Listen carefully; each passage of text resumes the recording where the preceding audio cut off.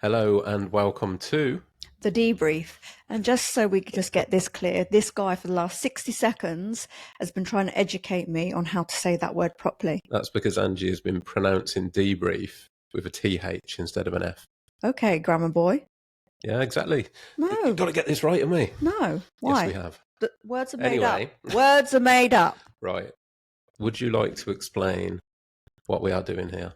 Okay, so it's been about 6 weeks since we've been podcasting individually as the Talking Tradesman and the Angie Monroe podcast. So what the debrief is about the two of us getting together, updating you on what we've been up to, but also talking about the types of podcasts that we've had. That's it. So this is going to be a collaboration between the two of us. So essentially what we're going to do... Are you paying me for this? Are you paying me for this? No. Who do you think you are? Well, you've got to bring pay into it. This is this guy thinks a passion project. This guy thinks he's an influencer now, don't you, babe? Technically, I am officially an influencer because I signed a bit of paper that said it on it. Ah, what did you sign? A contract with On the Tools. Oh. Yeah, so exclusive. You heard it here first. But yeah, getting back to what we're doing here. So what's the word? Oh, now you've lost your words. I have lost my words. Oh, okay. Should we just make a word up to fit? The basis of what we're doing here is to discuss the guests that we've had out individually, because what I'm finding with my guests and with yours, because I'm listening to your podcasts too, is that we're giving people obviously a platform to discuss their stories, but there are key things that are coming up in those conversations that sometimes we'd like to discuss a bit further. And obviously we can do that between the two of us. This is a little bit more light-hearted, obviously, than our standard guest episodes. So yeah, the debrief is born, and these episodes will be going out on both of our platforms. So both the Talking Tradesman and the Angie Monroe podcast, ad hoc, really. Yeah, as and when we want to kind of like put them out, maybe once a month, maybe once every 6-8 weeks, just going to depend, isn't it? Yeah, but I thought it was a good idea. It reminds me a little bit of what I do at Samaritans with the so at the end of each shift we do a offloading. So essentially this is our offloading of our guests. Because for you it must be really difficult, because obviously you're taking on very different energy to me. Yeah. I have a bit, to be fair. I mean, to be honest though, I am, but particularly the last few episodes I've done have been like intense, heavy. Yeah. So I guess jumping in on that then, like, what has that been like? What, the heavy episodes? Yeah. I'm processing it, to be honest. It's different. Like, I'm using a lot of the skills that I do use at Samaritans, because it's that whole being able to take that on board and not take it home with you. But I'm struggling a bit more with that. I think because with Samaritans, everything's anonymous and I don't see the person at the end of the phone, and I know they don't know who I am. I'm just a voice. My identity is like Samaritan, whereas sat face to face, it's a lot more personal. What does Samaritan actually mean? Your voice is Samaritan. I get it. The Samaritans, like the definition of Samaritan is a person who does a good deed for others, I believe. Yeah, but why does your voice sound like a Samaritan? Do they have like a particular voice? Eh? What do you mean, my voice? You just said. No, I'm just saying my identity. So when somebody rings up, they just know they're calling a Samaritan. Okay. They don't know they're ringing Russ or the Talking Tradesman as my new identities. Do you ever give them fake names? Yep. What's your fake names? I am generally David. Well, I'm now going to have to get rid of that now, aren't I? So, yeah, I'm going to pick a new one. Oh, okay. I suppose In fact, we'll put a poll on this because we can do that and we've not utilised it. We'll put a poll on. What should my new name be? Zeus. Wow, yeah. Where some might remember when I changed your name by default. You'll have to go all the way back to the very first published episode to find out the story behind that one. Absolutely. Listen to that one first. But yeah, so it's been, 6 weeks now for both of us since we've been in here anyway? Yeah, officially. One thing that we did have to deal with. Do you want to tell them about Bandcamp? Oh. Yeah, that was a curveball, to be honest, wasn't it? So I was recording an episode with John, JG Decorator, over on my platform, and halfway through, luckily our software is really good and the mics are really good, so we've managed to sort it out. But halfway through the episode, I actually thought a car had pulled up out the front and was just blaring music. I'm going to play it just for people to listen to really understand. Play this into the mic. Yeah, I'm going to. I don't know whether this is going to work or not because it might try and cancel it out. No, it might think it's just talking. So I'm going to find it. Do you know which platform you sent it to me on? WhatsApp. I know that, but which phone? No idea. No idea. Okay. So tell them what happened. While Angie searches for the footage. I've got it. Okay. You ready to go? Yeah. What the fuck?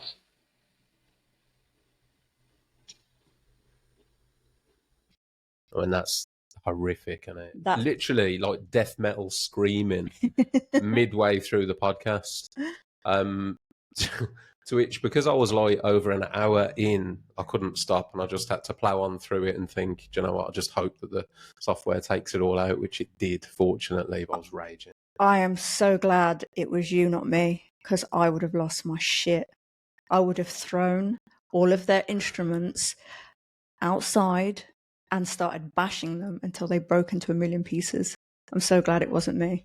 I'm the more reserved, calmer one of the two of us, clearly. But yeah, that was an obstacle, shall we say? And how's that one played out? Well, yeah, that's another story, another debrief. Well, isn't it? So we took the tenancy on to the place, told them exactly what we're using the space for, and they apparently did not know that 2 times a week or more, the whole building gets took over for band practice. But no one knows when that will be. No one knows. So Russ tried to call the guy in question. I did. Didn't get anywhere. I did not. And then I lost my shit. Because fortunately for him, I got no voice on that day whatsoever, so I wasn't able to call him. I'd had like this cold bug thing that's going around. Yeah, but you are the calmer one. Your wait till you rage. It takes you longer, whereas I'm reactive immediately. I'm like activation, where I just like, now man, this guy needs to know he's taking the biscuit. I've got a much longer fuse, but it's like, God help anybody if I actually get to the end of it. So, whereas you're more like a little firecracker and you're just like popping off every 2 seconds. So, but yeah, we've got some kind of resolution on it, but keep your ear out for that one on future episodes. In case. If you hear band practice kicking off in the middle. And it's not just normal band practice, it's deep, heavy metal. It's like death metal. It is just screaming. It literally is like, who even listens to music and like that? Why? Why would you want to put yourself through that? I mean, why? Is there anyone else that listens to this? I'm just looking at the screen there. It looks like it's flashing. Might be. But it might not flash afterwards. If not, then we'll just be flashers, isn't it? Well, that's worse things to be, I guess. That's true, like listening to death metal music. So, yeah, 6 weeks. 6 weeks we've been going. It's been a bit of a whirlwind, hasn't it, really? So how's your podcast been going?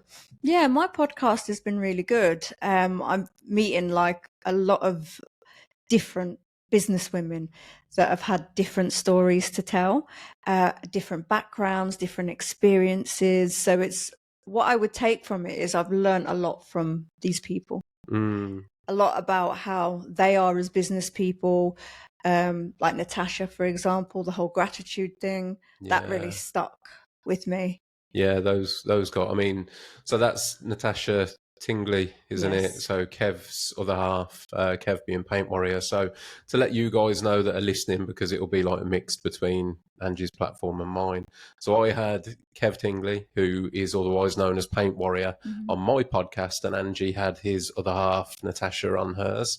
And they've, like, first of all, big shout out to those guys, because they're just genuinely lovely people. Yeah, they really are. But their story was just fascinating. I could not imagine, like, how do you even imagine getting that phone call from your other half saying that you've been stabbed 8 times?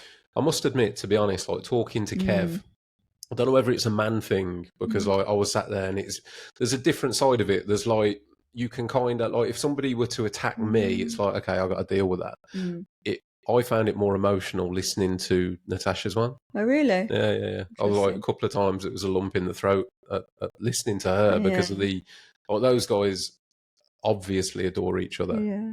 and listening to her and Talk her about him. sort of like reaction to that moment in their lives. It was heartbreaking, to be honest, wasn't it? It's kind of paved where they are now and how they move forward, I think.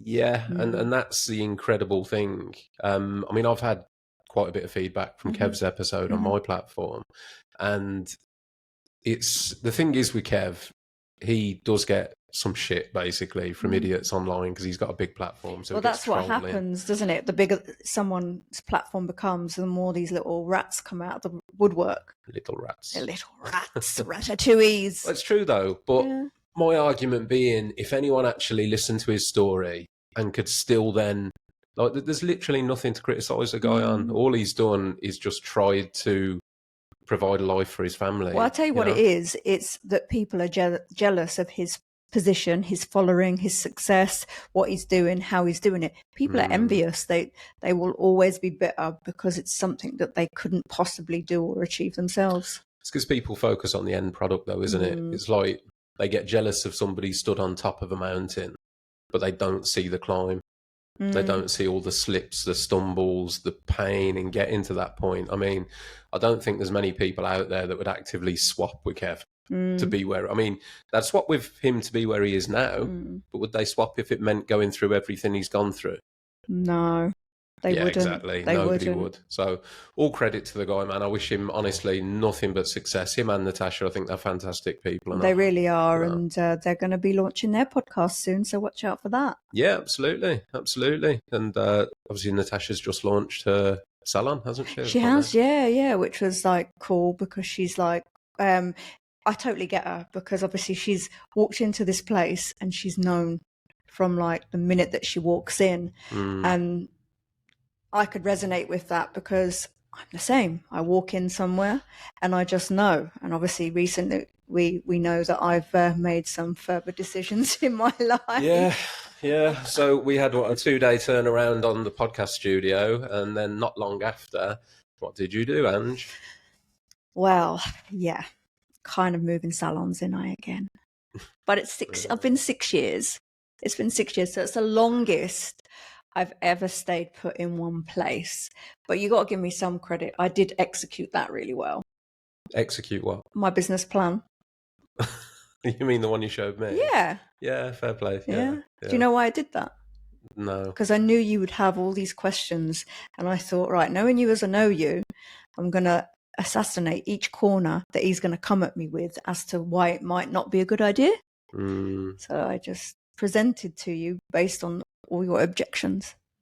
That's it. So Angie Monroe salon is on the move. And when are we putting this episode out? Well, it won't be. Well, I don't know. It depends on you. I need to put this one out soon because I haven't got one to put out. Angie needs to put it out, so it's going to be going out. Yeah.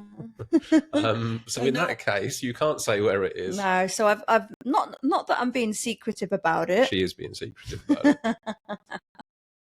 I think just generically before I'd just blurt everything out, whereas now I've been a lot more thought out, a lot more plan has come into play. And I'm just doing it in stages. And then I'm telling my clients when I see them, rather than just like blurting it out. So if you want to know, you've got to book in for a service. And if you try and get it out of me before, it's not coming out. So yeah, that's end of the month, isn't it? So it's going to be busy end of the month. Yeah, that's like literally 2.75 weeks left. It is, to the point I'm fitting the new floor in the new premises next week. Yeah, so no messing about, like go from creating the podcast studio to new salon. But to be fair, the new place is kind of already done in such a way that I can move in other than the flooring. True story. Yeah, the scheme for that is going to be very, very wild. I don't believe in... Can you say what's your motivation for moving? Good question. I've always wanted to, at some point, move. I never thought I would. When I first moved into, obviously, where I am now, I thought that that's where I was going to be for life. I just had no desire in moving because I've done all of that, been big, been small, been in between and what have you. But obviously the last 12 months for me, I've just had itchy feet where I know I need to expand in order to do certain things. I need that step above the step that I'm at now. So the motivation was that I just knew, I mean, you knew that I had these thoughts. I knew as soon as you started talking about it, it was going to happen imminently because I know you. That's why. So as soon as you were like, I'm thinking about this, I was like, oh, shit, that's happening.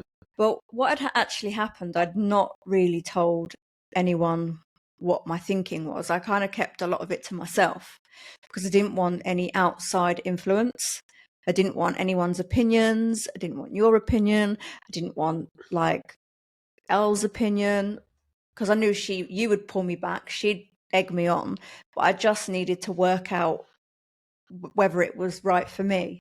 And I'd obviously made various different mistakes before with moving, and so I've become more in tune with how I feel when I walk into a place. Like when I look at like other places that I've had, like everything was against me, but I just kept pushing and pushing and being determined that it was going to happen. I was going to have that place.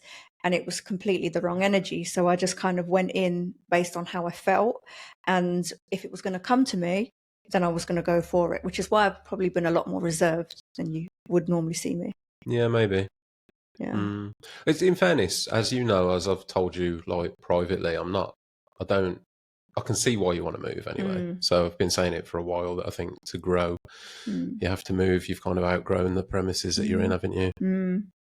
But enough about you. Let's talk about your guests. Cool. Who was your first guest? Molly. Yeah, okay. Molly. Hi, Molly. Hi, Molly. Molly's my friend, and Molly is someone that I trained in aesthetics. That's how I met her, and her episode was quite endearing because she opens up and talks about her borderline personality disorder. You had quite a big response off that one, didn't you? Yeah, because a lot of people kind of came forward that suffered from the same thing. Actually, for anyone listening on The Talking Tradesman, what episode is that? So that's Molly Kavanagh, is it? Yeah, episode 1. Oh, right, number 1. Yeah, number 1. And she kind of has gone through like her own life journey, not really understanding what she had that was wrong with her, could never place it. Obviously, there's a lot that goes on in childhood, as we know, and that played a massive factor for her. But knowing her as short as I have, I can see like the transition that she's made, because I still see snippets of her personality. But that's when me and her match up, because we both got a crazy side. That diagnosis for her, though, that was massive. A positive thing, though, wasn't it? To be able to like move on. Yeah, absolutely. Because she was kind of like, oh, okay, that's why I'm like that. Yeah. That's why I do these things. I recognize that now. So now I can kind of adjust and adapt my life, knowing that was what the problem was. It's a double-edged sword, isn't it? Because I see the positive side of a diagnosis when you've potentially been like living a life thinking there's something not right, I'm not quite fitting in, I don't know what it is, and then they get the diagnosis and it ticks all the boxes, and it's kind of that like eureka moment. And then there's the other side of that with certain mental health disorders where labeling becomes an issue, like how I see it anyway. You know, people can adopt a label and become that. Yeah, it becomes their identity, exactly. Doesn't it? So it's a fine line. Yeah.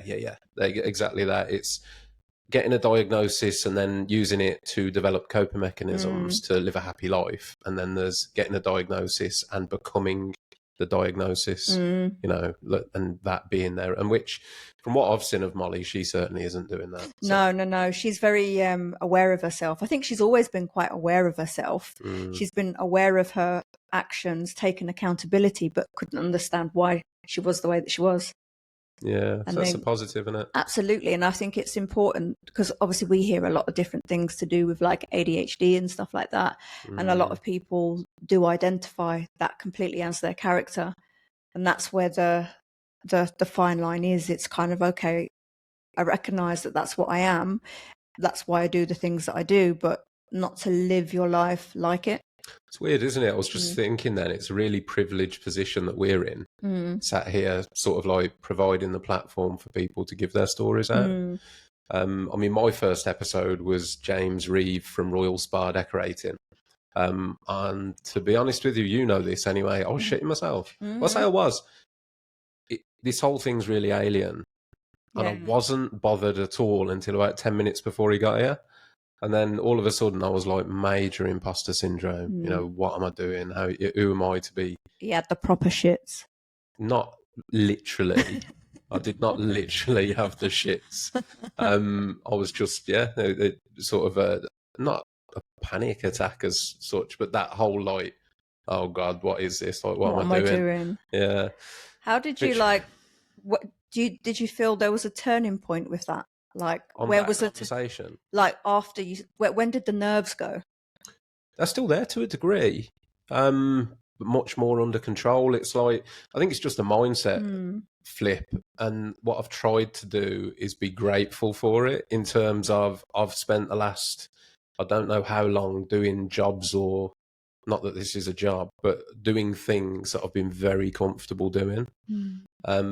So to be in a position where I was uncomfortable for the first time in a long time, I sort of have had to flip that in my head to be like, be grateful for it. You know, finding something that scares you or makes you anxious or whatever, be grateful for that kind of thing. That's the only way you can evolve. Obviously, you've kind of stayed quite comfortable, haven't you, with the things that you've done. So this is probably has been a massive change, and you're not used to the I'm not used constant to pace of it. None of this is natural, is it? I mean, look, I'm sat here with a microphone in front of my face. Microphone, I can't. I'm not touching the microphone. This is the microphone. But your head's not moving. I'm touching the stand because I want to, because it gives me control and I like it. Freak. But having this in front of you, having the camera pointed at your face, it's not natural, is it? Although I'm definitely getting used to it now. So, but yeah, that was. Well, I guess you're always nervous at your first time, and so depends how wasted you were. Potentially. So, well, I wasn't wasted; I was sober. But yeah, so that was my first episode was James, which was a really good conversation. To be fair, what key points did you get from it? Loads really. We touched on a lot of things. I mean, James, for Angie's audience, another painter and decorator like me, successful businessman. Last couple of years, he's won, I think, the On the Tools Decorator of the Year last year, runner-up the year before that, Mentor of the Year. So he's smashing it in business now. But to summarise his story, it evolved around his battle with mental health and the fact that he had been... Isn't this the guy that wanted to kill himself? Yeah. So he had an accident at work. That's it. Passed out, had a fit, and then couldn't work for a number of months. And it was during that time that he sort of had a very dark period and considered taking his own life. Wow. And then his journey through that. But yeah, fascinating really to speak to somebody that's been to that point, and then pulled himself back up and achieved everything that he's achieved. So yeah, that started off my podcast. It just shows. I mean, I'm listening to a Audible book at the moment, and I've listened to a few hours to it today whilst you've been out doing taking Freya back. But it's interesting that I took from it about like certain things that happened. Had they not happened, even if they were bad, there's always that little bit of good that comes off the back of the bad. The value in trauma. It's like the big message that I'm picking up on through everyone's. And this is the thing, isn't it? The more people I'm speaking to, and I've been fortunate that everyone I've spoken to, I guess, in order to step forward, you've got to be a certain frame of mind. But I've spoken to some incredible people with incredible stories. And that is the common theme, is not letting what has happened to you define you, and finding the value in it, which sounds mad. Do you know what I mean? Something horrific happens to you, find the value in it. And the problem is some people don't find the value and they become their own victim. Yeah, they become a victim of it and it becomes their identity. I can't imagine how limiting that would be. Like if they could just utilize that to do something with it. It's so much more powerful than it is. Well, I mean, look at Kev, for example. He has gone through a horrific event in his life where he was attacked, stabbed, with people tried to kill him, mistaken identity. You'll have heard the story. But he could quite have easily just lived the rest of his life as a victim of that, and that be his identity. But instead, he's now got this amazing brand, you know, which is something really positive that has all come off the back of the whole situation. Yeah, and had that not had happened to him, none of this would be the case, would it? Mm. And unfortunately, sometimes things play out in a certain way, but other things come off the back of it. Yeah, it's definitely a mindset thing. Mm. I think. And there's a lot of people, like I say, out there that horrible things do happen to and they don't ever get over it. And this isn't taking shots at them, you know, but ultimately there's that saying, isn't there, that you're not in control of what happens to you. You're only in control of your reaction to that. And that's powerful in itself. Yeah. You know, because the thing is, if something terrible happens to you in your life, the only person that it affects by sort of staying in that point of trauma is you. Yeah, it just ends up a vicious circle. Yeah, it's your own life, isn't it? So, yeah, that was, I guess that's been a key sort of like common denominator in the conversations I've had. Is everyone that I've spoken to has managed to move on through finding value in what they've gone through. So, which is important. I think it's just about taking it and learning from it. Yeah, definitely. And I think if people could implement that, no matter how bad something is, you're the only one that can change it. Well, True words. change what moves forward. That's it. Yeah. So who else have you had? I had the lovely Janelle. She came all the way down from Bedfordshire to do a podcast with me. Really, really lovely girl. Like the way she held herself. She's only 24, and to be that mature at 24, having had what she's had to deal with growing up, I mean, I was just full on in shock. Which is what? Because my listeners won't know what you're talking about. She suffered a lot with racism growing up. I mean, obviously, we've all seen it in terms of what we've seen growing up. I grew up in London, you grew up near Birmingham. It's happening daily, but I was genuinely shocked because I thought maybe it's kind of just like calm down, but it hasn't. Course, yeah, she's only 24, so we're only talking school age. 10 years ago. 10 years, yeah. In the last 10 years. I mean, what? Which, to make you feel really old, 10 years ago, that's like 2014. But do you know, the mad thing is, you say 10 years ago, I think 1990. that's where my head goes. But yeah. Yeah, so she's really had to deal with a lot of horrible things of people calling her names such as gorilla. Like, what the actual fuck? Like, I listened to the episode, and the one thing I'd say if she listens to this is she did hold herself incredibly well. Lovely woman, you know, really sort of head screwed on, her values are in the right place. And again, she's taken all that and used it as like fuel to drive herself to where she is now. And that's what is important. I love seeing people like that where they're faced with adversity or trauma or whatever, but they don't allow it to get that deep in for it to like affect what it is that they want to do. Yeah. She's literally utilized every bit of trauma, horrible, bad words she's had said about her skin color and turn it around to be completely something that drives her forward. And the thing that struck me as well about that conversation with you was that some of that racism was actually from the teacher themselves at the school. Because she had that teacher that then later on went into the shop. Went into the salon she was working for. She was having her nails done and she was still rude to her there and then, like all those years on. And it's just like, how are people even getting away with that? To be fair, yeah. I mean, this is going to be a subject now I could talk about for a while because I've got to be in my bonnet about it. But the education system, to me, and this, if anyone's listening, whatever I'm about to say is entirely my opinion. And it's not a shot at teachers either, because I think teachers, most of them are genuinely there to try and they think they're doing the right thing. They're there to educate kids. So I'm not having a pop at teachers, but underneath that, whoever sets the curriculum and just the general tone of education, I think is so outdated and toxic, if I'm honest. And that's a big statement, but with a lot of the things that I've seen and heard recently, that's the way I see it. obviously I'm speaking to a lot of tradespeople, Mm. and there's nobody really that has got a particularly good story of coming through the education system. I think it's just, well, you know my opinion on that, and it's all very much keep people in the sense of programmed how they want them to Explain be. what you mean by that.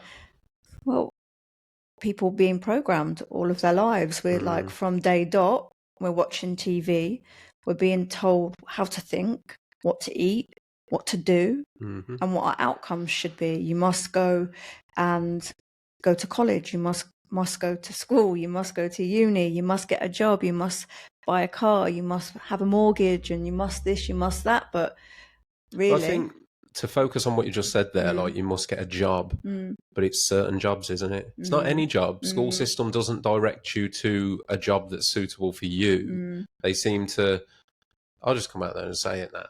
So the way I see it at the moment with the system, the school system in the UK, unless you want to go on to further education, they're not interested. And it's not what's best for the kid.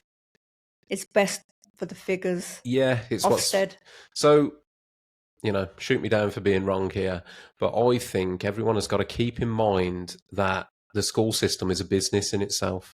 So they get paid for the amount, or they have targets to hit for the amount of kids that have to go into sixth form and the amount of kids that go to uni. There's a kickback. There's all this kind of stuff. So what makes sense for the school to direct kids?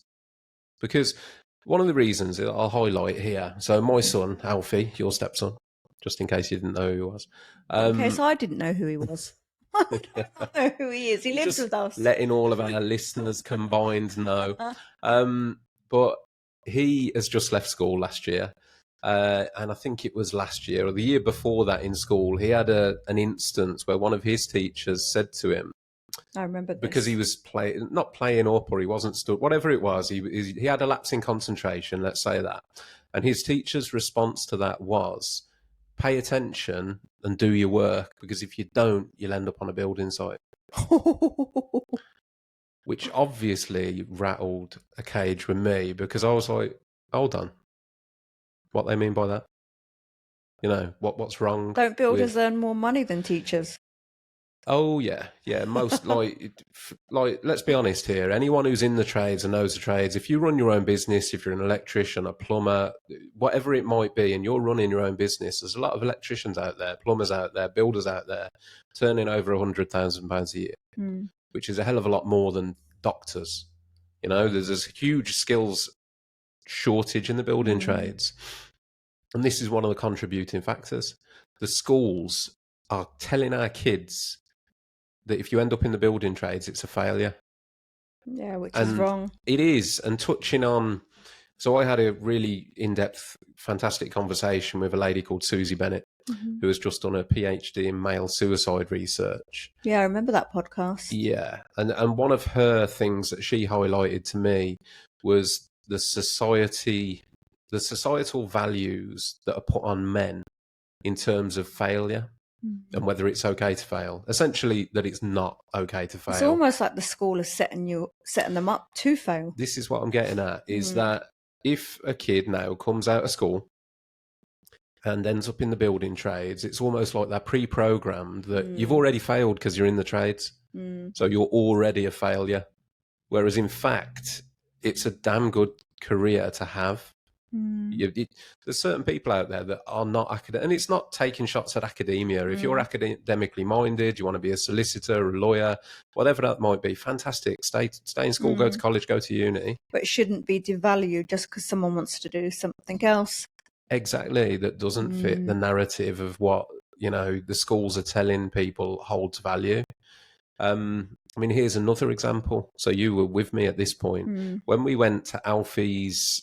So my son is doing his first year electrical course. He's decided he wants to be an electrician, so he's at college at the moment. And he had an open day. You remember the tutor? So when he went to his open day and they asked him what his predicted results were, which were relatively good results, they basically said, we'll sign you up now, fast track. You don't need an interview. And I was like, whoa, like, why? You wouldn't interview at someone like that in the real world. No. But I asked the tutor, I said, why? He went, we don't get kids with those grades. I was like, okay, why? He said, I'll be honest with you, the kids that get sent to our course are the ones that have failed their exams. Wow. And that's to be an electrician. But that's like a highly skilled job. You're dealing with frigging explosions Yeah, in I would have effect. thought. And in fairness, and this is another, like, to highlight the fact that his first day in college, Alfie rings me up and he said, Dad, half of my timetable is English and maths. And I went, why? And he went, I don't know, I passed. I went, well, go to reception and ask them. And when he went and asked them, they basically said, we assume that everybody that comes on this course will fail. So we book on English and maths because we assume that you need to resit them. And he went, well, I've passed mine. And they went, oh, okay then. And all they did was take that off his timetable. So the reason that he's doing barely anything now, he's doing 2.5 days a week, is because all the other kids on the course, they assume fail their GCSEs. So they book in resits as part of their course curriculum. Wow. Does that not tell you everything about who they think is coming into the building trades? It says everything, doesn't it? Well, I think so. I think it's horrendous. I really do. Back seemed to be years ago, there were like old-fashioned apprenticeships, and there was value to that. And it was seen as like a worthy occupation to go into. Now the schools, I think that's that narrative and that vibe in the UK, because in like Australia it's different, isn't it? Tradies are like revered and well paid. Yeah, America are the same as well. Oh, are they? I didn't know that. Yeah, I think that's slightly more regulated from what I know. Like you kind of have to be qualified and hold certain qualifications to do them, whereas in the UK they're a little bit more Wild West. So obviously electricians and plumbers, gas plumbers have to be certified, but the rest of the trades are a little bit more, it's like the Wild West out there, to be fair. Took the word straight out of my mouth. But maybe if that was addressed, maybe that would lift the stigma on it. But, and my podcast being about tackling the issue of mental health issues within the building industry, I think from the minute people get into the building trades, they're almost on the wrong foot straight away. Well, yeah, because they've been like programmed to believe different, and it takes like they would really have to have like a good family support system, and a lot of people that generally get into the trades, in what I think anyway, don't have that. Yeah, that's true. And that's then they're left to kind of think and feel as they want to feel without any guidance. Battle it out. Yeah, it's it needs addressing for sure. But I can't see that it ever will, because at the moment, as I say, unless you're academically sort of switched on or gifted, whatever it might be, and that comes from me, who I could have gone to uni. I didn't get into the building trades because I failed. I got into the trades because of my personal circumstances at the time, and because I didn't know what I wanted to do. So I kind of ended up where I am. And here you are today, podcasting. And here I am today, podcasting. Yeah. So, yeah. I mean, what was your experience at school? Well, obviously, we all know that I'm not the most academic person on the planet, because I struggle with the written side. So I think I was overlooked at school because I was I was a lot more creative. Everything that I did and would do would be quite visual. And back then, we're talking well over 30 odd years ago, they never kind of looked at how I would like to learn or what worked best for me, which was in a visionary or a discussion or pictures or whatever like that. Everything was just all written. That added with the fact that I have a really like slow attention span, I struggled a lot. You mean fast attention span? Slow. Slow? Oh no, it's fast. Yeah, as in you can't like Yeah, I've got like literally an attention span of a gnat, basically. So I need to be constantly stimulated mentally because of the way my brain is wired. It's like constantly. It's probably why I am the way I am, and I have all these things that I do is because of the way my brain is. Because I have to. It's what I like. It's what I enjoy. But when I was at school, I literally come out with not one single GCSE. What you just said, though, the first part of your sentence was, I was overlooked at school. Yeah. which is pretty much exactly what I just said about the people going into the trades. And I would say that your industry is probably similar. Yeah, a lot of, and I see it like with all the young girls that I have that come in to have their hair done or beauty treatment or whatever. I can tell you categorically that when I ask them, what are you going to be doing at college? I know the answer, and it's hair or it's beauty, hair, beauty, or both or whatever. And I think as well, they do it because they think it's the easiest way out. But actually, it's not, because firstly, when you're studying beauty, you have to know anatomy and physiology. That ain't easy. Like understanding all the different layers of skin, understanding a freaking nail. Like I don't need to know a nail, but given what I do with the, aesthetics, I've had to learn all of that. Things like the science. Like if I was to give you loads of color and told you to dye your own hair, would you know how to formulate that to stop it from going too warm and not making it look natural? I would not.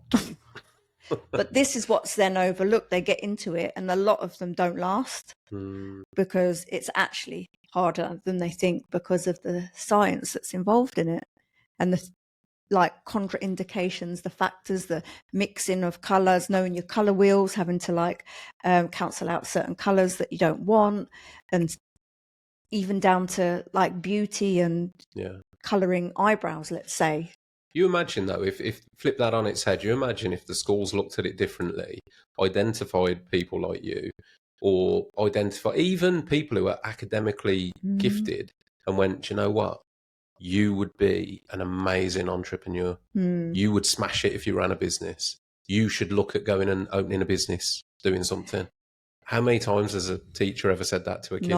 Not once that I'm aware of. And the thing is, as you've said before, teachers come out of education and then go back straight into education. A lot of the time, not they all stay. of them. No, and they stay in the system basically. Yeah, But they're not allowed, even though you might have. But then do you get creative teachers? Yes, maybe art.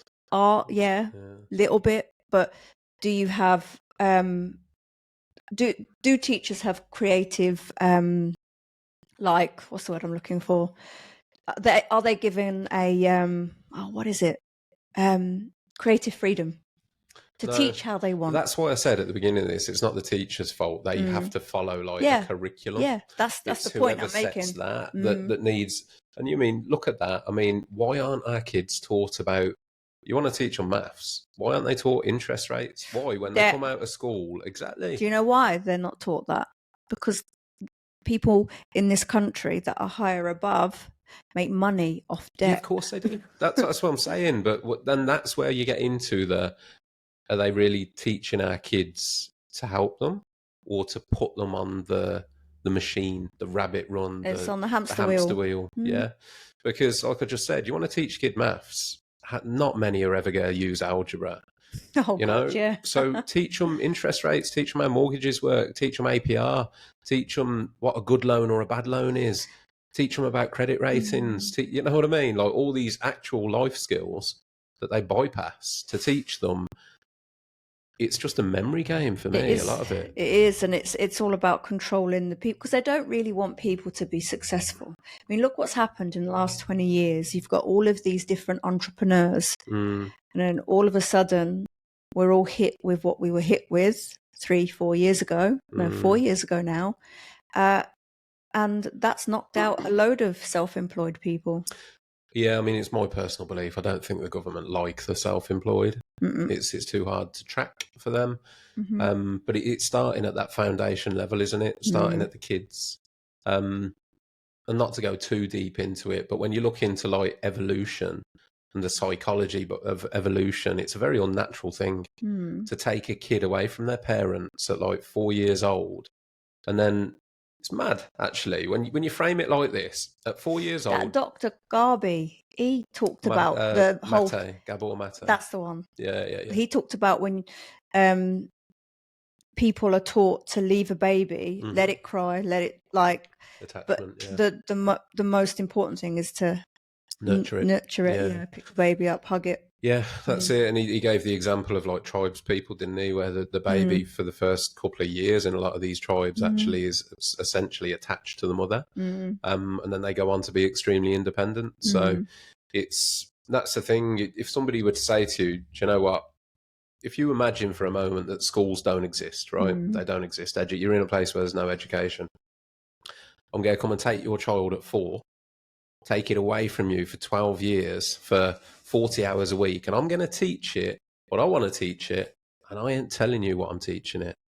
Because that's what it is. I mean, me as a parent myself, I don't get contacted by the school to say that, can we teach your child this? They get taught what the school curriculum says, and it's not like it's freely available. You don't get a package at the beginning of the year saying, this year we're going to teach your daughter or son this. I wouldn't be able to cope with it. It's probably why I'm not like a fully fledged mother, if you know what I mean. Like, I would be a nightmare. Like, I would be that mother that went down the school to argue. I'd argue with them. I'd be like, no, that's not how it is. My sister's a bit like that. Natalia. Good, I'm glad. Yeah. I mean, rightly or wrongly, the way that I handled it with my son, and you saw this, was like, because the other thing I don't agree with is the exam system. I don't understand why you can put a child through 12 years of education and then quantify that with an hour's test or 2 hours or 3 hours at the end of that time. And they put so much pressure on the kids. And they more so now than ever. Yeah. Like my sister was saying that little B, that's my nephew, by the way, he was getting anxious about tests, and he's only 11. It's because, again, they like tell them that their value is dictated by this result, this mark, this number that becomes them. You know what I mean? And that was what I said to Alfie at the time when he did his GCSEs, because he was sort of, I need to get this, I need to get that. I was like, well, what happens if you don't? He was like, nothing really. It's not the be all and end all, is it? And everyone wants their kids to do well. And to a degree, there's a lot of parents out there that, again, will quantify their success as a parent by their kids' results at school. Do you know what I mean? Like, the kid could come out of school a gibbering wreck, but straight A's, and the parents like, yay, they did a good job. That often leads the kid into a direction where they don't actually want to be, and so therefore their career path later on in life would usually change. Yeah. Well, I mean, take me, for example. Funny story on this one. So I did my GCSEs, did relatively well. I got 8 GCSEs at like C and above, 6 at B and above, and went in sixth form, mainly because I hadn't got a clue what I wanted to do. Took 3 subjects that didn't make any sense, one of which being PE. And I was the first year when they split A-levels to AS and A2. I think they reverted it back afterwards, but it was because at A-levels, I don't know how they work now, but they used to be that you did an exam at the end of the 2 years. Then they changed it and they halved it. There was an exam at the end of the first year. So I went into sixth form, and it was mad for me because in year 11 at school, I wasn't one of the naughty kids.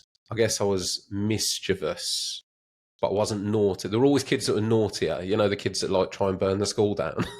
Those ones, the ones that set the toilets on fire. Was a law-abiding, corrupt citizen child.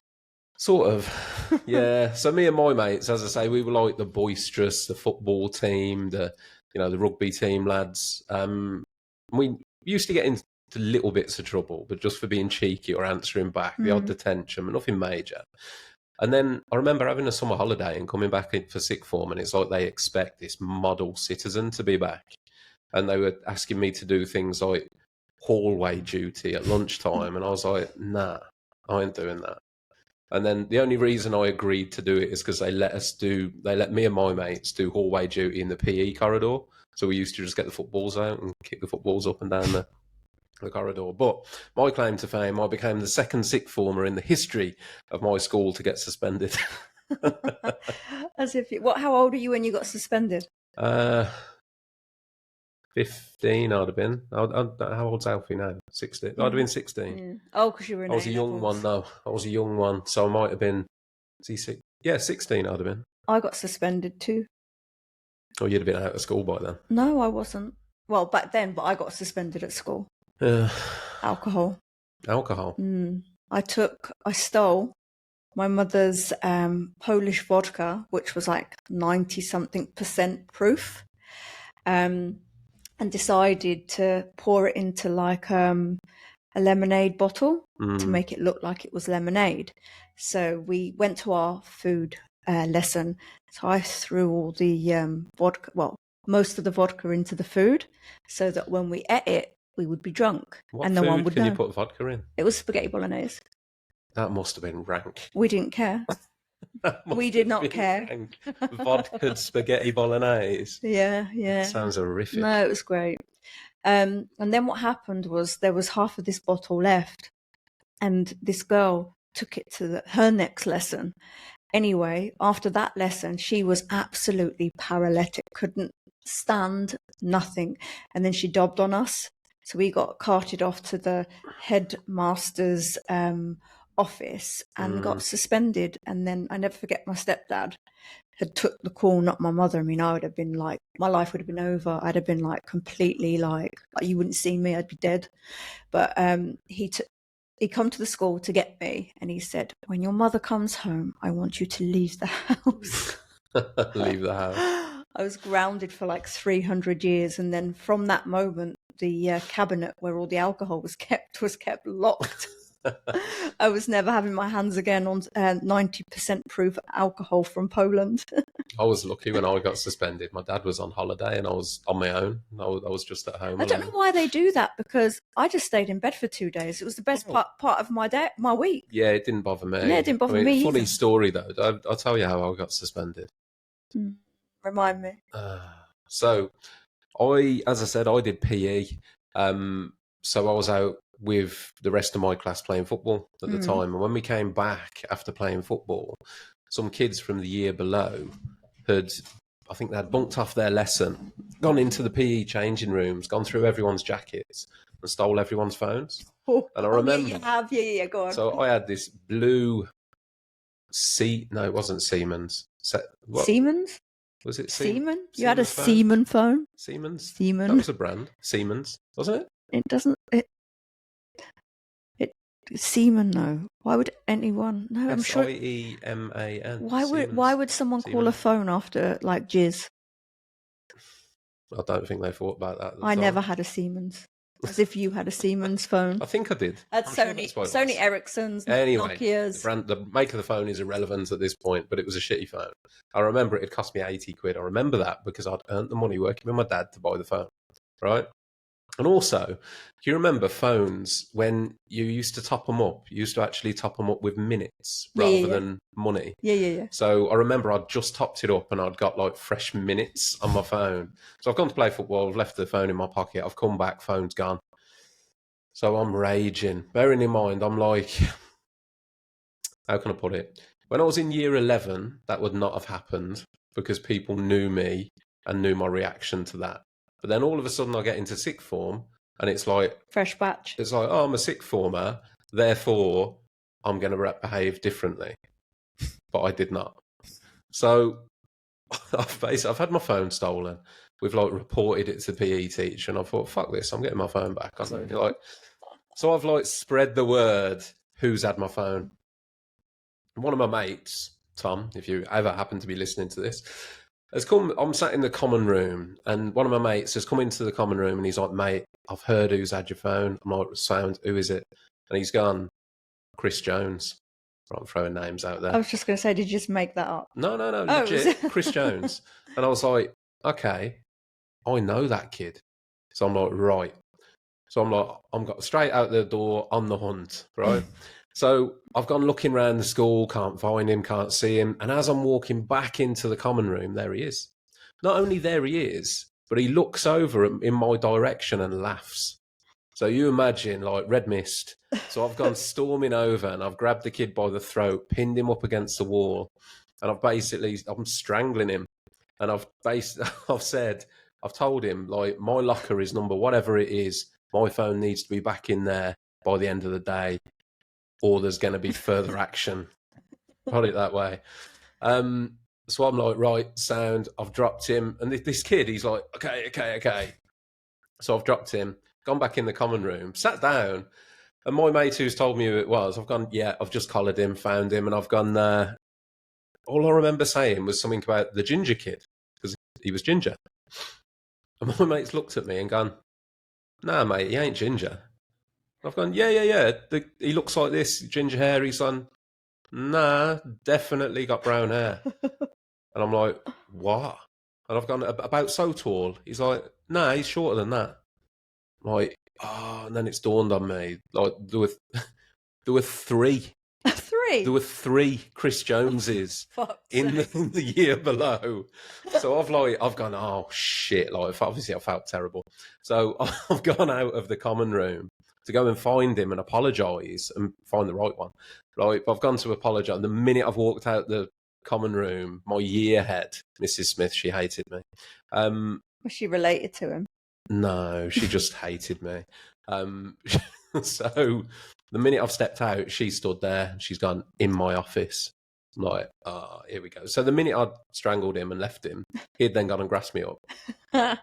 So then she's basically gone, look, I've had this lad in my office crying. He's all red. He's got marks all over his neck. Have you tried to strangle him? And I've gone, no, I haven't tried to strangle him. Or I've explained the situation, kind of owned up to it, but I've gone, I didn't grab him by the throat. I grabbed him by the tie. Because she said, if you strangled him, you're expelled. Like, you're gone. Luckily for me, one of my mates, Sully, was with me, and he was like golden boy. He was, not only was he like a hall monitor, he was given like super hall monitor duty where he got to look at the CCTV. So he was like super like brown noser, and he was there, and I went, no, my friend was there, and it was only because Sully said he grabbed him by the tie, not the throat, that I didn't get expelled. Oh wow! So I got suspended, and then I had to go and wait in the corridor, and as I was up there, I saw another one of my mates' cousins. Little did I know at this point, it was him that had nicked the phone, not knowing it was mine.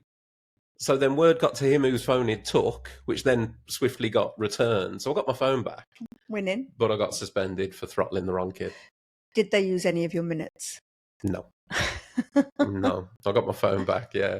I remember her saying, she was like, we're going to ring your parents. I was like, you'll have a job. He's in Lanzarote. And this was like, my dad, I don't think at that point my dad had a mobile phone.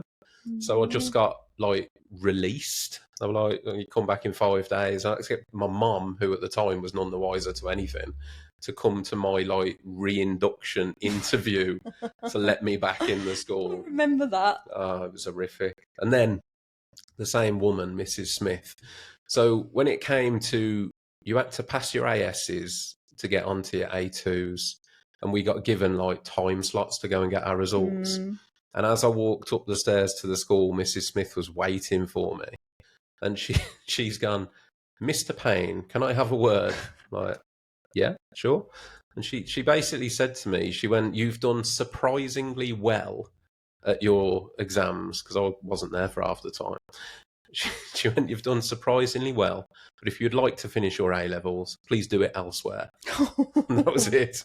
So, toodaloo, motherfucker. Yeah, me and my best mate at the time both got the same message. So that was the point. Was that you and Elliot by any chance?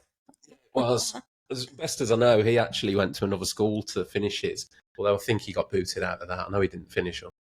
I think he didn't finish them. I certainly didn't. That was my exit from education. Oh. Interesting. And then what happened then? Christ.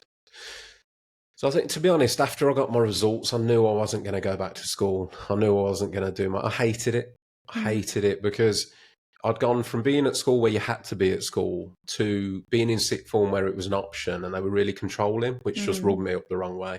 So we got told we couldn't do things like on our free periods. You weren't allowed off the school grounds. So naturally... That's uncommon though for sixth formers. They usually are allowed out. It was a mega strict school. So because it was in one of the rougher areas of town, they were super strict on things like fighting and that. You just straight expelled. So me and Elliot used to like do things like go to the pub at lunchtime and then get caught on CCTV coming back There was all sorts. I got into a fight the one lunchtime, came back covered in blood. I got pulled for that. I got about 4 or 5 final warnings that I was going to get booted. Although they never did kick me out, and I think that's just budget. You know what I mean? I'm just ahead. I was worth money to them at that point. They couldn't afford to lose the figures. I think that's what it was. I think it would just look bad on the school to expel me, so they kept Which is me. wrong, really, why they should be targeted like that. Yeah. Yeah. But yeah, after that, I did a year's worth of agency work. So my own personal situation at home, I got to the point where I needed money. I wanted to get out. So, yeah. Yeah, you find that often, like, after school, you got one of two ways that people, well, one of three actually, they'll carry on with further education, go travelling, or just work. Yeah, I think my mates were kind of a 50-50 split on that, to be fair. I think most of them, a lot of them went to uni. A lot of my friends went to uni. Not many of them did much with it. But they all But you seemed to have a find good that time. though, like I look at, and I don't compare myself to anyone else really, but for someone that's walked out of school with no GCSEs, it just shows that you can become and be something that doesn't define you based on your grades, exams that you got when you left school. 100%. But that you know, what you say there, like somebody that walked out with no GCSEs, I mean, when you break it down, what is a GCSE? It's just systematic, isn't it? Exactly. It's just a tick box that you're going to be looked and viewed like you are a somebody because you've ticked that box. But in reality, as an employer, when I look at someone's CV, I couldn't give a shit about what their GCSEs are. I really couldn't give a flying hoot. I look at the individual and how that individual is going to benefit my business. Simple. Yeah, that's true. I mean, I'm turning 40 this year. The big 40, Russell. I'm not particularly You're going to be as old as me. What you going to do for what you going to do for my 40th wife? We're just going to stay in bed, isn't it? Is it? One eyebrow up. Buzzing. So yeah, turning 40 this year, and I don't think nobody's ever asked me to see my results. No. I've kind of always done my own thing anyway, but yeah, and that's, you know, it's not slating people that do continue to stay in academia. Well, yeah, it's personal choice, isn't it? But it's more to the point that you're slated if you don't. So it's kind of like live and let live. Yeah. No, great. If you want to go off to uni and get your master's and doctorate and PhD, fantastic, brilliant, good for you. But also, if people don't look down on them. Yeah, that's really important, because people do think that people are thick unless they fit that stereotype. And it does surprise me sometimes when I speak to various different people, just how stereotyped things are. And everybody just sits in this little box, but no one can sit outside the box. Yeah, exactly that. And to me, it's like, it's the box that society, not even society, I guess the people in power want you to go a certain way, it feels like, because there's certainly no support or less support if you go any other way. You know, which is really wrong. It really is. And I think that's a fundamental change that needs to be made to sort of appreciate everyone to me has got a value. Or it might be that you're academically gifted, fantastic. You might go on and be a lawyer, solicitor, whatever, and we need those. But at the same time, take a look around you. Most of you listening to this are going to be in a building or in a vehicle. Without a builder or a mechanic or a line worker, that thing would not exist. So, that's true. You know, like when it comes to value of jobs and careers and importance, what's more important than that? You would look like a Yeti if it wasn't for me. True story.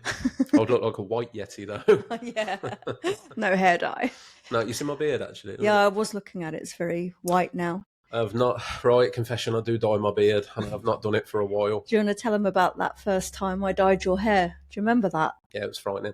To be honest, I was always along the lines of going grey gracefully. I never really considered dyeing my hair until I got into a relationship with a hairdresser. And be honest, you hated grey hair. didn't dislike it, but I do have a preference for like non-grey. Non-grey hair. But I said to him, like, in fairness, I was right. I said, let me colour your hair. I will make you look 10 years younger. And then I dropped the subject. I didn't go on about it. And then one day you decided that, We okay. remember this differently. What do you mean? remember there were several comments. It wasn't like a... What were the several Out comments? there, like it was said once, like, oh, by the way, I could dye your hair. I didn't tell you go and dye your hair. No, you just mentioned several times how much you hate grey hair. Well, I didn't say I hate grey hair on you, did I? Yeah, right, okay. Yeah. So what happened when I dyed your hair? He had a complete meltdown. He thought he looked like a Lego head. And he was there because of the hairline, literally. He's got like PTSD over the hairline. Let me explain Lego head, though. You know, like a Lego man, you can change their head. Oh, I've got some fluff dangling off my finger. But yeah, you can change their head and it looks like, you know, a defined line of that spot. I know what a Lego head looks like. Exactly, so that's what I was concerned about. Are you ready to talk about Roger Rabbit? Nope. No. That cannot be talked about because certain people might listen to this that cannot hear that story. That's a non-public. There are certain stories that remain private. Quite a few of my clients know that story. Yeah, that's fine. But, you know, out there, wider world isn't negative. No. Do you think there'll be a point in your life you'll be ready to talk about Roger Rabbit? Maybe. Roger Rabbit is a dildo, guys. Why would you go there? Roger Rabbit Russ, had nothing to do with sex toys. Yes, he did. Yes, he did. You tell him the truth. No, because what you've just said now, can you imagine what people are thinking? Yeah, that you like rabbits. Yeah, exactly. You're such a twat. Right. I almost feel like I need to tell the story now just to clear that up. Did you just see how I did that? Yeah, no, it's not the case. Listen, like I said, there are certain people that could hear that story and it could cause me no end of grief. Therefore, that story is to be held in reserve until at least 7 or 8 years' time. Yeah, so what when you're about the... like DM me and I'll let you know. Yeah, so guys, if you want to know about the Roger Rabbit story, just ask Russ or just come and ask me. We'll tell you. Well, do you know what? I knew. I nearly said to you before recording, there are certain things that you can't talk about for certain reasons, and that was going to be one of them, and I knew you'd want to go there. Oh. How has this gone from dyeing my hair to that? Just because it just comes up in my head, didn't it? Anyway, so yeah, she dyes my hair. Not great. So what other guests have you had on? Me? Oh, wow. Was Roger Rabbit one of your guests? No, it was not. Would you like Roger Rabbit to be one of your guests? I can arrange that for you. Can we just drop this Roger Rabbit thing now, please? I'm sure everybody's wondering what it is, but let's just drop it now. Describe Roger for me. What does he look like? So Roger Rabbit does not look like a sex toy. Roger Rabbit looks like Who Framed Roger Rabbit, Roger Rabbit. And how big was Roger? Life size. Moving on. So, what was the thing? Guests. So yeah, I've had some fascinating conversations, to be honest. I've had, just to run through briefly, I've mentioned James, I've mentioned Susie.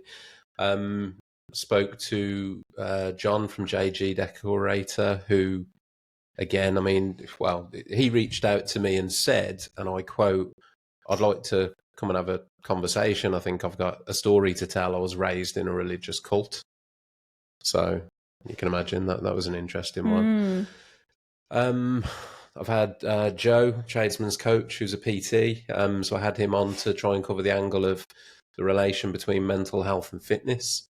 Put me on the spot now. I've got like no memory. Obviously, Kev. And my most recent one was Gary from Quality Brushstrokes. I mean, Gary's story was... You haven't listened to that yet, have you? But you've told me about it. Yeah. I mean, that was... blindsided me because I didn't know any of this until the day that Gary came in. And the way that I'm approaching the podcasts that I'm doing, I kind of don't want to know too much because I want it to be a natural conversation as much as possible. Yeah, I get that. Non-scripted, and, you know, I kind of need to know a little bit to try and structure a conversation. But yeah, I didn't know half of what Gary came out with. And obviously, if people have listened to my podcast, they'll know, but Angie's listeners won't. So Gary was subject to sexual abuse between the age of 12 and 16 by his mum's ex-partner. Which is his sister's dad. The father of his two sisters, which that in itself was That's horrific. A head fuck. Like, how do you even... Yeah. The worst thing is that the bloke who did it didn't go to prison. He claimed that he was in love with him, didn't he? That's how he got away with it. And that what had happened to Gary at 16, so I'm assuming that legal age is, and then from there he moved on to say that his mom obviously basically caught his stepdad in the act, kicked off, finished with him, got into a new relationship with another chap, and this chap murdered his mum. Domestic violence that turned into murder. The bloke who murdered his mum then went on a drinking session and hung himself. So there was no, I guess, justice to be served. It kind of is justice in a way. It'd have been better off being in prison. But I guess from Gary's point of view, he never got to see any resolution. Proper justice. Which, I mean, those two, like, fucking, how do you process those two things? I mean, that in itself is horrific. And then later on in Gary's life, he got into a relationship with somebody, had a child, raised a child until 4 years old, and then split up with his partner. She offhandedly said to him, "She's not yours anyway." Paternity test, and it turned out that the child actually belonged to his best mate. That's terrible. Like, could you imagine? Horrific. Could you imagine that happening to you? Like, no, I can't.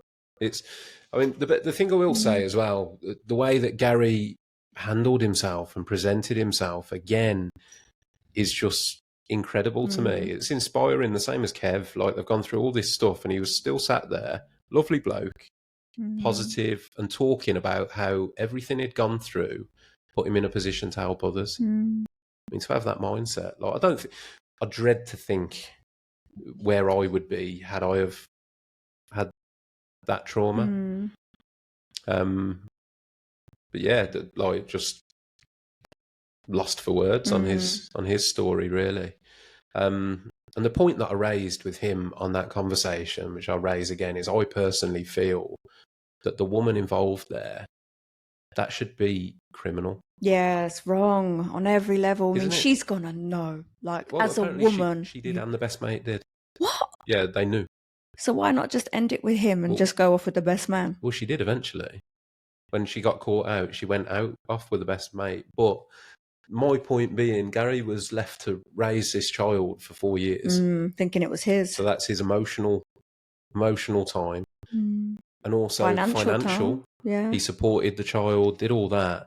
That's, on a legal level, to me, that's fraud. Yeah, particularly when you know, and then not to mention the emotional damage. That happens so much, though. I hear this story so much. Yeah. And there should be some sort of accountability for stuff like that. I do think it should be criminal. I mean, granted, there might be cases where people don't, reasonably don't know, or it was a one-off and they don't. But if somebody knows, because she must have known to have thrown thrown that out there, that she knew that he wasn't the father, but to let him invest as he did, that should be criminal. Yeah, that's wrong. It's selfish. That's the understatement of the year, isn't it? You know what I mean? It's just utterly horrific. So, yeah. So Gary wasn't the last. Gary wasn't my last guest, but the next one hasn't been released, so we're not going to talk about that yet. Is that the Samaritans? Oh, yeah. Sorry, I've completely forgot about Meg.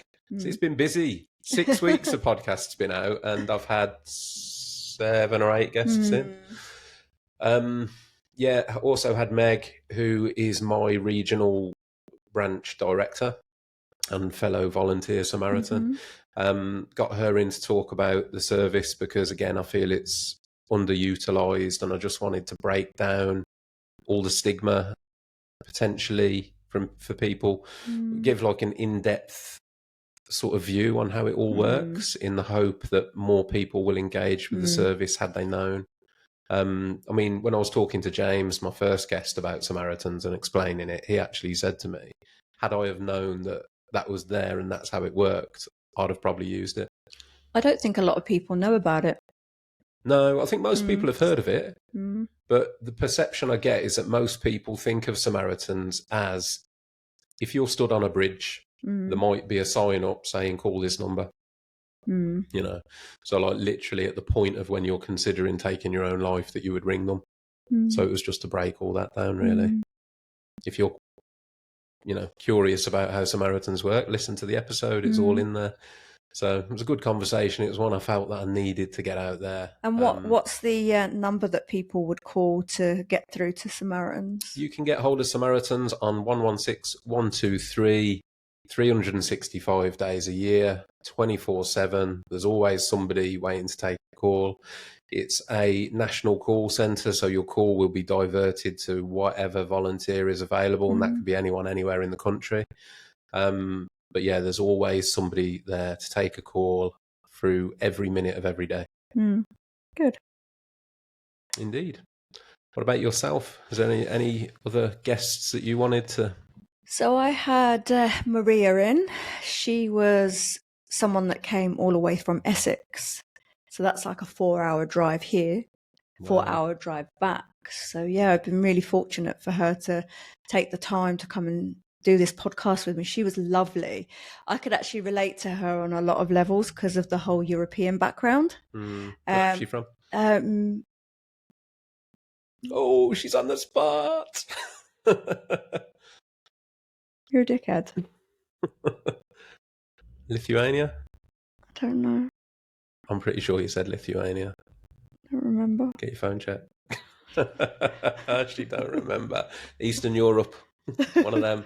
Well, you had to go there and put me on the spot, you dickhead. How did I not? I don't know that you wouldn't remember. Well, it wasn't that I wasn't remembering. Like, you just literally, like I was supposed to know instantly, just like that. But yes, it was Lithuania. Lithuania, yeah. It's not Lithuania. Oh Lithuania. my God, we're back to this whole pronouncing of words. Asking a genuine question. Well, I don't know whether which word is better than the other one. Which one is which? That country.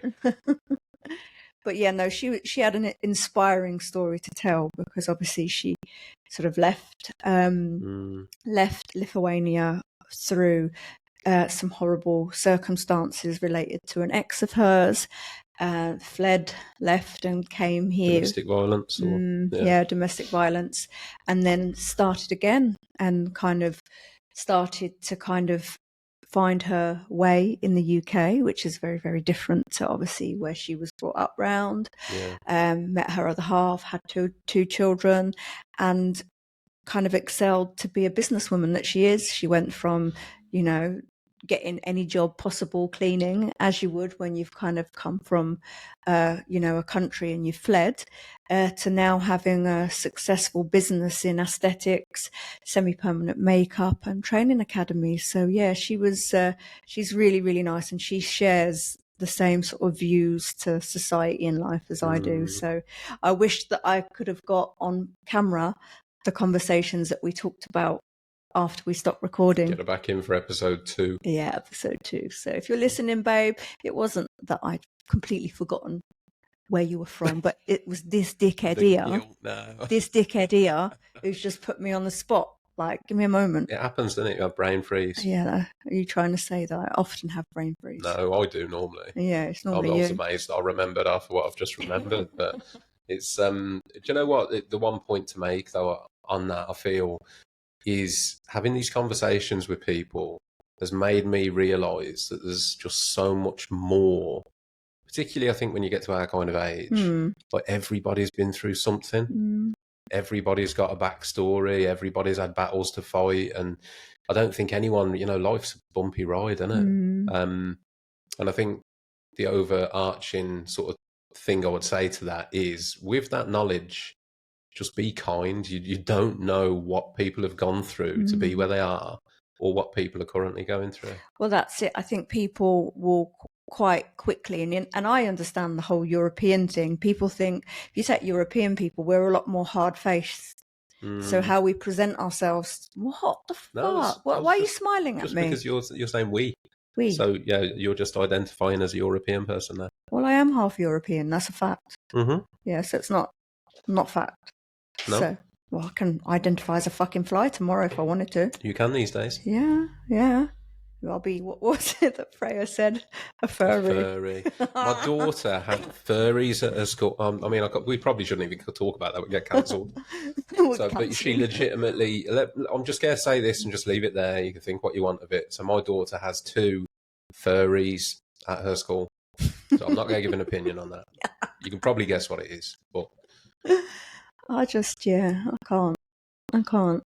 Anyway, now I've forgotten what I was talking about. You're talking about being hard-faced. Yeah, so, oh my God, this guy. That's what you said. You said that. Hard-faced? Am I hard-faced? You said us, No, Europeans. you're laughing. Do you agree with me? No, I love your face. It's very pretty. You're a dickhead. You're such a dickhead. So what I'm saying is, like, particularly European people can have that stigma as being like hard-faced and like more reserved. I know what you mean. And a certain kind of way. But a lot of people don't actually see what those people had to do to be where they are. Like third world. I mean, like I said, I've said this before. I've seen what it's like to grow up around people in a third world country, and it's shit, and it makes people like that far more grateful and motivated. And any person I've ever had to speak to that has had that background has always been motivated because they've had to be. And I think that's a rarity in life now, that people aren't like that. Yeah. Like, you take Natalia, left when Zuza was 3 to come to England. Like, what the fuck? Would any of us be able to do that? Probably no, it's not. mad, isn't it? It's that's Natalia's my sister, by the way. I just find it. This is what I find fascinating, though. I find people fascinating, and obviously, studying psychology and all the rest of it. But just listening to what people have been through, the different upbringings, the different struggles. I mean, one of the things that struck me was when I was talking to Gary the other day, and I asked him, "How was childhood for you?" What he said was, he was like, "Yeah, it was completely normal." He said, growing up in poverty and crime, so you just normal. And I was like, Gary, that's not normal for everyone, And he'd grown up on a council estate in Sheffield, from what I gather, quite a rough one. But you it's weird, isn't it? Your default setting is to assume that everybody has had what you've had, good or bad. Yeah, it's true. I mean, I had Elise on one of my podcasts, and Elise is a hairdresser. I actually met her at a hair and beauty like cinema, like an event type of thing. Couldn't say that word, so I just skirted. I can't say it. Cinema. A cinema. What? It don't sound right. Cinema. No, not a cinema. You went to the cinema? No, like a hairdressing cinema. Seminar. Seminar. Am I saying it right? Seminar. For some reason, I just thought of the word semolina when you. Who? Always you struggled to say that at school. Semolina. What the hell is that? It was like a school dessert, wasn't it? I'll take your word on Semolina. Yeah. But she grew up, had to deal with having a parent that was an alcoholic. She then obviously later on in life had a daughter, was in a relationship, and then became gay. Okay. Yeah, so she's had it was just really interesting to kind of talk to someone that had a similar background in terms of like parenting, and then having a child, and how she manages her relationship with her partner, which is female, and having a daughter who is female, who looks up to her partner. Yeah.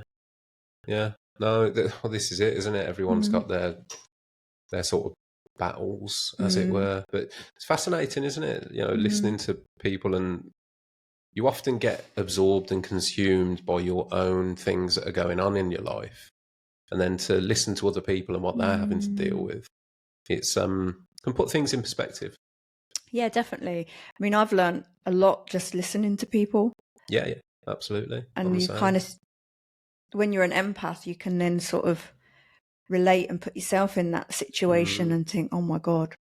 It's one of the things I'm having to learn to put a coping mechanism in place myself, because a couple of times I've gone away and it's not like the weight of I guess the weight of the conversation has sat on me for a little while. Not for long, but I've kind of, I guess you absorb some of the energy. Yeah, it's bizarre. Yeah, because you've had a lot of like depth and topics to have to attend to. Yeah, again, like me personally on my platform, I've been struck by the amount of people that have reached out to me. I'll just say now, actually, if you've reached out to me and I haven't come back to you, just give me a nudge, because I'm getting a lot of messages. I was trying to put them on paper earlier today, and I've got 8 people I've got to get back to that have expressed an interest in coming on the podcast. And as yet, I haven't had to reach out to anybody. These are all people that are coming to me. But it seems to be that people that have got a story and they want to tell it, you know, so I'm sort of honoured, I guess, privileged to be able to provide that and give people the opportunity to talk about what they've gone through. But in terms of my podcast, I mean, it's not all about doom and gloom. No, it's not. No, it's essentially anything, really. I'm trying to raise the profile and raise awareness of mental health in the building trades, given the horrible situation it's in at the moment. But that can come from a positive element as well. So if you've got a business out there and you're smashing it and you're not struggling, I want to talk to you too. You know, tell us how you're doing it. Tell us how you cope with things like the pressures and the working alone, if that's what you're doing, or you know, all these various things. I'm absolutely down for that sort of thing. I'm the same. I want to speak to people because there's a lot of people that don't know how to be successful. There's no handbook on how that's done. So I'm the same. I want to speak to people that are there. Smashing it. Yeah. And, you know, tell us how you got there. All ends. It's a platform for anyone, really. And like I say, I've been kind of surprised by the reaction that I've had and the stories that I've had have took me by surprise as much as anyone else. So hopefully I'm doing them justice in the way that I'm receiving them and getting them out there. But definitely. But I think is that all your guests? Have you mentioned them all? You're leaving anyone out? Is somebody going to be pissed off with you? I don't think I've left anyone out. Let's see. So we had Molly, Elise, Maria from Lithuania.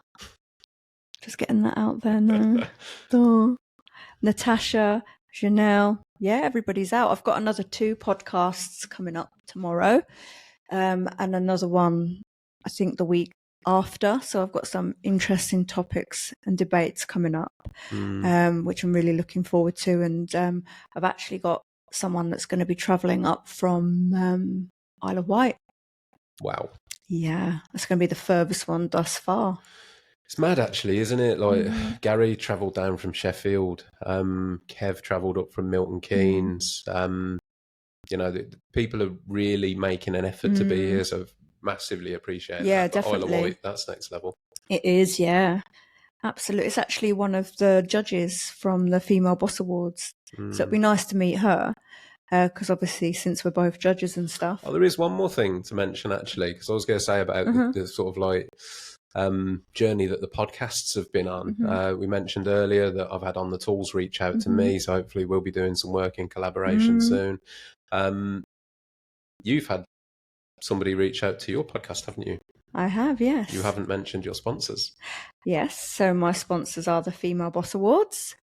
Yeah, there we go. Yeah, so they've been, it's about a month now, I think. You know, you're going to have to give them a shout and tell them that they need to pay for their mention on my podcast today. Oh, what, they need to pay you? Yeah, they need to pay me. Hear that, guys? You got to pay my husband. But yeah, no, so that's... yeah, so that's all really exciting. So I'm looking forward to seeing how that all progresses and where that goes and where it ends up. And then, of course, we've got the awards that are in September. Yeah, September. So that's going to be all fun and games. Other than that, I'm currently doing your media pack, aren't I? So Not only am I his tech, I'm his freaking PR. So everything you see in the background, it's me. So to anyone listening, actually, I'll put this out there now. I'll mention this just in case it gets to the right ears. I wanted to get 10 episodes out before I even considered sort of like sponsorships or collaborations, anything like that.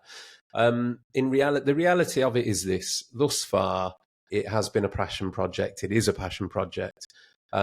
It's been incredibly well received, but everything to this day has been self-funded. I would love for the podcast to grow. Next steps, better equipment, potentially better premises with no band practice at some stage. And I will get my way with cameras.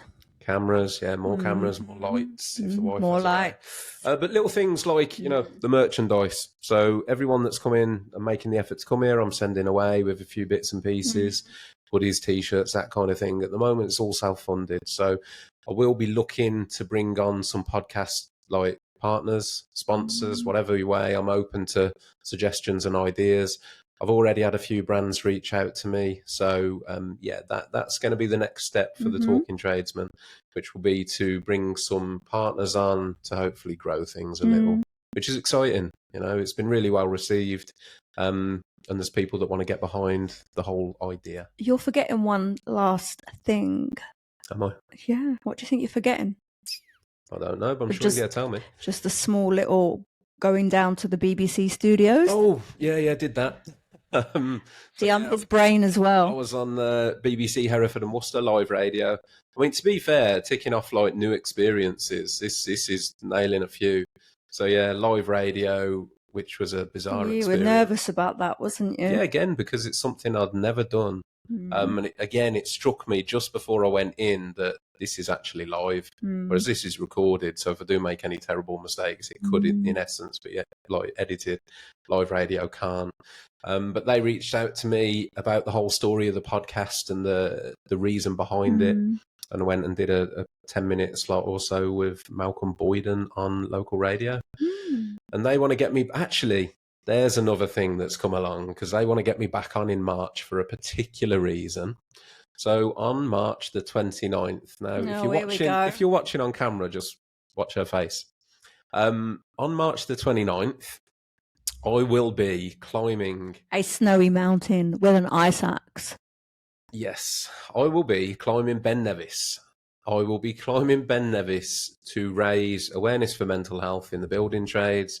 I'll be doing this with 20 other tradesmen and former tradesmen, funded by a group called TFT to raise money for the charity Band of Builders. Again, that opportunity came my way because of the podcast. How do you feel about that, Ange? I'm not happy about it because I'm not in control. Like, what if you fall and hurt yourself? Like you fell over walking to Worcester and grazed all your knees. That did happen, but I tripped over my shoelaces. I'll make sure that done up. So you're going up a mountain which is full of ice. I didn't know this at the point. So when I was contacted with the opportunity to do it, now I've climbed Snowdon a couple of times, loved it, it's beautiful. So I thought, Ben Nevis is just a bit further, isn't it? It's just walking up a big hill. Then I got told that in order to do this climb, we need crampons, which are like spikes that go on the bottom of your boot. Crampons? Yeah, not tampons, crampons. Tampons won't do me any favours. No. So they're like essentially spikes that go on the end of your boot, and ice axes, because it's frozen up there in March. Like, Make some good content, though. Might do. On the Tools are going to be supporting that as well, and they've asked me to do a vlog. So, basically I need to get my unfit arse in the gym, do some training, so I'm maybe not carrying as much weight up there as I currently am. And then, there'll be some live footage being recorded of the climb, and hopefully we can... In fact... we need to push that a bit more. Need to raise some money for Band of Builders. I'm going to put the GoFundMe link in the description for this episode. So if you can spare anything, then please take a look at that, because it's for a really good cause. Dumbass going up a freaking rock. My wife hasn't actually sponsored me yet. No, because I disagree with it. There we go. She's not best pleased. No, I'm not. Why? If I went to climb an icy mountain, would you be best pleased? I'd come. You wouldn't. You wouldn't I be would. allowed.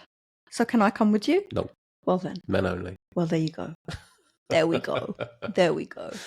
So yeah, I'm a little bit nervous about that. I'm looking forward to it though. No comment. Yeah, well, it's a bucket list thing. So it's a bucket list thing. I'm having a crisis. I'm turning 40. I'm like at halfway. It's exactly what it is. It's a crisis. Yeah, I feel like I've reached like half time. Wow. In my life. Half time. Yeah, I'm going to go up a mountain, raise some money for charity, and there we go. So if you can, check out the GoFundMe link that will be in the description of this episode and give me your money. Honey. So, yeah, is there anything else that you want to finish up on? No, not really. I'm looking forward to the episodes that I've got coming up. So we'll catch up again like in a month or two, or after this dickhead here has been up that mountain. Do you reckon? Hold on, where are we now? Mid-Feb? Yeah, we might do one before then. I don't know. How's that even possible? We've got my move. Oh yeah, my birthday. We'll do enough debrief as and when we can fit one in. Exactly. But one thing I would like to say, it really does make a difference wherever you're listening. If you've got to this point now, you must enjoy listening to us ramble on. Give us a like, a share, a follow. If you're listening on Spotify, please give us a rating. It all makes a difference to the algorithm, which means that we'll get out to more people. Certainly from my point of view, I'm trying to reach a bigger audience as possible to try and move a needle, make a difference. So like, share, subscribe, give us some feedback, give us a share, let us know what you think. And yeah, we'll respond to all your messages. Yay. Perfect. Is that it? Is that a wrap? It's a wrap. Subscribe to the Talking Tradesman podcast. Subscribe to the Angie Monroe podcast. I need you to do me a jingle. A jingle? No, fuck your jingle. No, I want a jingle. I'm sorry that I don't have a jingle, actually, to be fair. I want a jingle at the start and a jingle at the end. I've tried. My tech department will not give me a jingle. You can do this on CapCaf. What's wrong with you? You can't do a jingle on Cap. You put your own music on it. This guy's editing skills are so basic. I've got no patience for it, so I tend to just record and get it out. So what you do is you upload the video to CapCaf, right? And then you know where you put background music in? Nope. Oh, you do the background music. Oh, no, I do. On CapCaf, it comes with it, doesn't it? No. It's like preset. No, you choose which music you want. Oh, I haven't worked out how to do that. And then you can just scroll it across to which part you want it. Oh, well, I haven't paid for it, so that'll be... It's your problem, isn't it? Keep an eye out on this episode and see if the tech department have given me a jingle. Honestly. Do you want me to wipe your ass next? Love a bit of shit, didn't you, babe? Yeah, it's fucking rank. No, I don't. All right, bye-bye. Bye.